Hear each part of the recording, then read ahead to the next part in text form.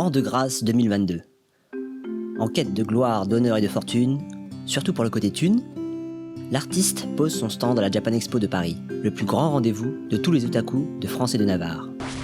Ça, c'est dans l'imaginaire populaire. La réalité est qu'il recueille plus d'emmerdes et d'imprévus et doit encaisser son lot d'angoisse et de pression en tout genre. Comment une si frêle créature qu'un simple dessinateur est-elle capable de survivre à tout ça? C'est qu'il y a toujours les copains pour te pousser de l'avant.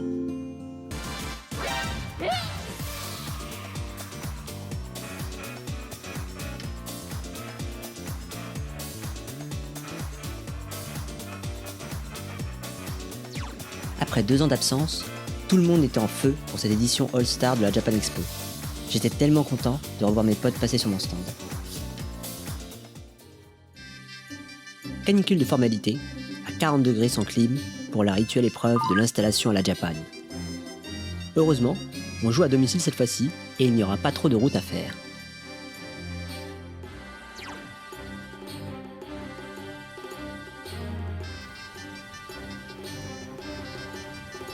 C'est parti pour le grand parc des expositions Paris-Nord. Cette énorme zone labyrinthique de halls grands comme des entrepôts d'éléphants. Tout le monde s'agite à max la veille pour monter son stand. Mais la première des missions qui s'offre à nous, c'est de trouver son stand. Ce qui n'est pas une mince affaire, sachant que les jeunes créateurs sont parqués au fond des derniers des halls. Joyeuse ambiance.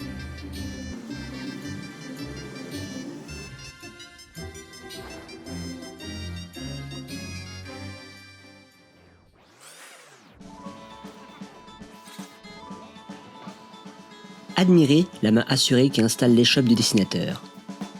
Tout est millimétré pour que chaque parcelle du stand brille et appâte le chaland égaré dans cette partie du hangar. Cette convention couronne la saison printemps 2022 pour le festivalier que j'étais. C'était l'accomplissement de mois d'expérience à crapahuter dans tous les recoins de la France. Le message était clair, un foisonnement de détails et de mini-mondes à explorer du regard, des jeux, des récompenses, du show et de la bonne humeur, pas un pet de gras en trop. Et donc, on reprend le même plan de bataille, les mêmes gus, pour la reine des conventions. L'assaut frontal était mené par mes 2 posters de référence, celui sur les Pokémon et celui sur les films de Ghibli. Ceux-ci étaient une porte d'entrée vers des univers plus niches qui constituaient la cavalerie de soutien. Il suffisait que l'on soit fan de RPG ou de JoJo pour être captivé par les plus petits tableaux dressés en cercle rapproché. Quelques cartes cadeaux et des éventails à l'effigie du stand se proposaient pour effectuer des frappes ciblées sur les visiteurs. La grosse caisse était portée par mon petit iPad qui présentait en boucle mes petites vidéos pour suppléer à l'effort des différents bataillons. Et enfin, l'artillerie de fond de terrain, c'était les commissions, portraits à la façon héros de RPG mignon pour charmer les derniers à tenir encore debout. Ce stand était mon chef-d'œuvre.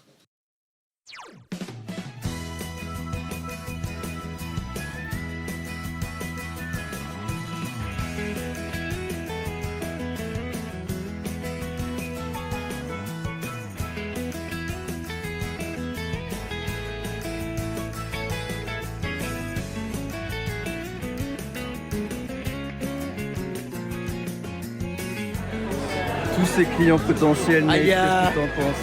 Ils vont tous acheter chez toi. R149, venez. Le stand des One Lab.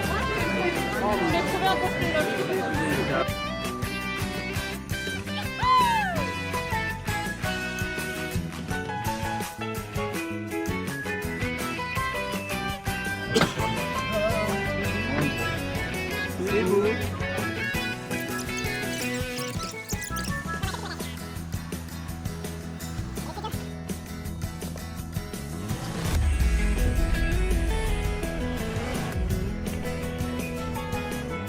Longue vie au JoJo. Yes.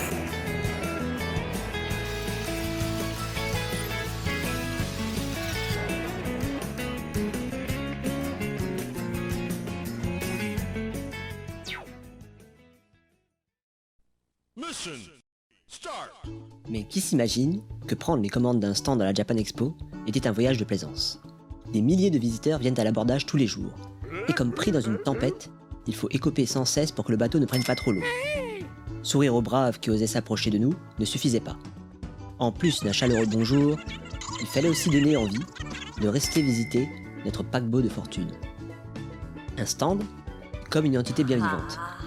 L'équipage se bouscule dans tous les sens, il faut retourner les cales pour ressortir le stock à servir.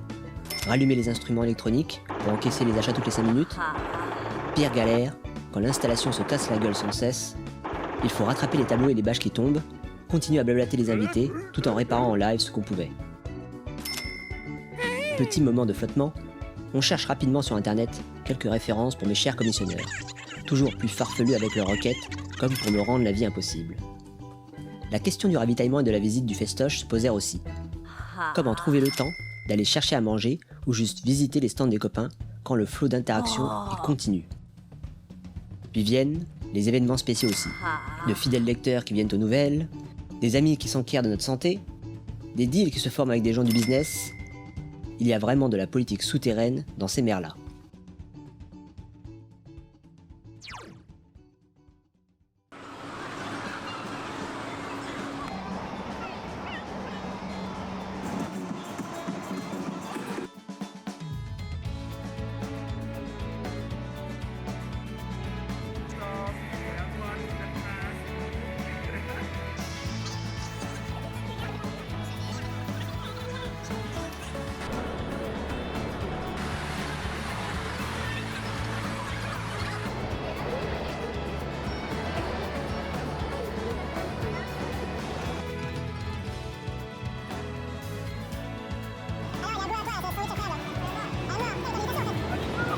Ça va direct.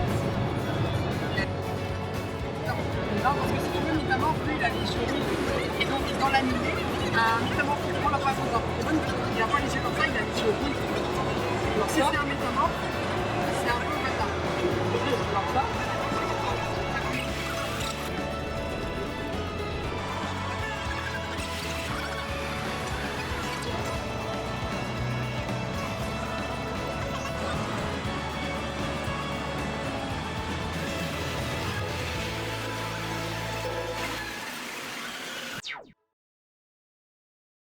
Au-delà d'être une gigantesque foire marchande, la Japan Expo est aussi la concentration de tous les talents, de tous les copains et de toutes les bonnes volontés. Pour un ermite comme moi, qui passe la majorité de son temps dans son placard à fixer sa planche à dessin, c'est un vrai ressourcement. Toute l'activité te pompe une énergie de dingue. Mais les copains sont là pour te tirer vers le haut. T'as envie d'être à la hauteur, et souvent, tu surpasses tes propres attentes. On n'en arrête pas d'en sourire, à se rappeler chaque moment vraiment intense où on rigole comme des fous. Il y a une telle surexcitation, n'importe quel petit événement revêt une dimension romanesque quasi épique. On se souvient de celle toute petite et menue qui arrive à forcer les portes du métro pour rejoindre ses potes. Celle, au caractère héroïque, qui est capable de tenir tête au loupard du RER. On se souvient des soirées où on rencontre plein de dessinateurs talentueux, on peut discuter et s'immerger dans un tout nouveau monde. Les projets les plus passionnants naissent dans une pareille ambiance. Oh oui oui.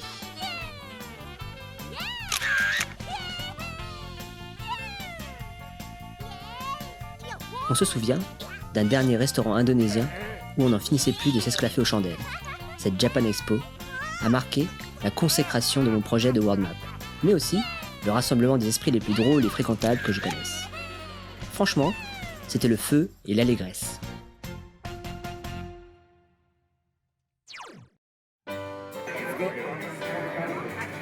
Ah mais du coup tu peux pas boire là. Hein? Tu peux pas boire là. Non, On n'a pas encore craqué. Ouais. Merci. Vas-y. Kampai. Kampai. Non. Kampai. Kampai Shimasho. Hop. Première journée. Hop. Survival. Let's go. Kampai.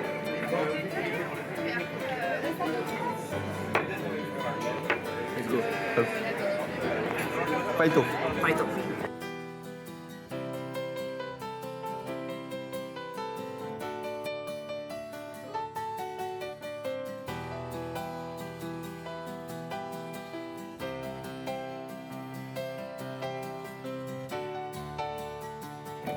Le réalisateur fait un travelling vertical, puis un panotage.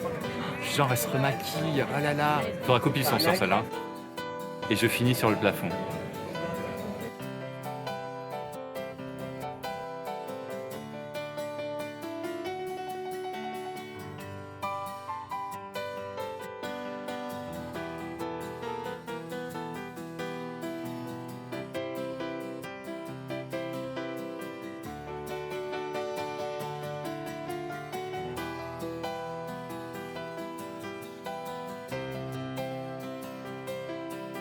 Le feu, justement, c'est ce qui reste au cœur pour alimenter la flamme. Cette flamme qui souffle comme un fourneau à idées et qui nourrit l'imaginaire. Tout ça, c'est ce qui fait avancer l'homme et l'artiste. Qu'est-ce qu'on en tire de cette Japan Expo 2022 ? Un peu d'argent de poche, ça c'est acté, du loots, des bonus de stats, des souvenirs et un maelstrom d'émotions divers. C'est l'occasion de concrétiser, de matérialiser ces projets et de les présenter au public si exigeant. Mais c'est aussi de l'inspiration en barre pour repousser les murs de l'imagination.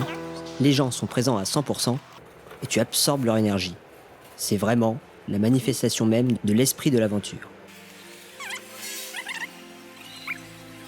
Pour dire regardez, c'est fini, voilà.